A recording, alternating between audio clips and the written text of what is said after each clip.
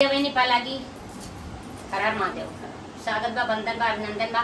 बहुत मजेदार धमाकेदार लहरेदार गीत लेकर आई ही और ये गीत हम करे कल्याण अंतिमा दीदी के बेटवा बिया हम सीख गाए है और ये गीत हम गावत है, क्यों ना गाए रहा है, दीदी गाए रहे हैं तो ये गीत हम गावत है और आप सब सुनिए, हमार भैया बहनी भाऊजी चाची चाचा सब। और कमेंट में सबके सब्सक्राइबर 27-28 2000 जरूर आशीर्वाद देवे चाहिए। बहुत मेहनत कर जाए। पहले तो आप सब इतना आशीर्वाद दिहन कि का बताइए, आप सब देखना चोरों सत्यानाश हो गया, हाथ वो टूट गया लेकिन भाग लगे गाड़ा। हम सबके नसीबों ले चल गया। तो आप सब वही नाते चोरों ले भागत, आप सब प्यार आशीर्वाद कम देते हैं। दाई भैया बहनी मांगत है, आवे से गाना लेता है, दया कर जा हमने ऊपर। हरे बम्बई शहर पिया चला गए, मोरा केले जिया रही गए। बम्बई शहर पिया चला गए, मोरा केले जिया रही गए।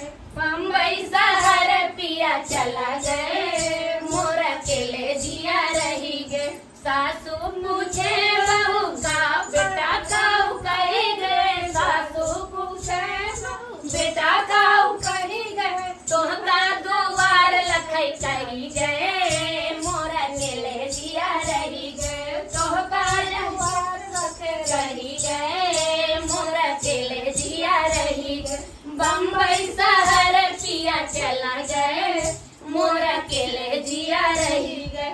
बम्बई शहर पिया चला गए, मोरा केले जिया रही गए। जेठनी पूछे छोटी देवर काऊ कही गए, जेठनी पूछे छोटी देवर काऊ कही गए। अरे तोह काया लगा होई कही गए, अरे तोह काया लगा होई कही गए।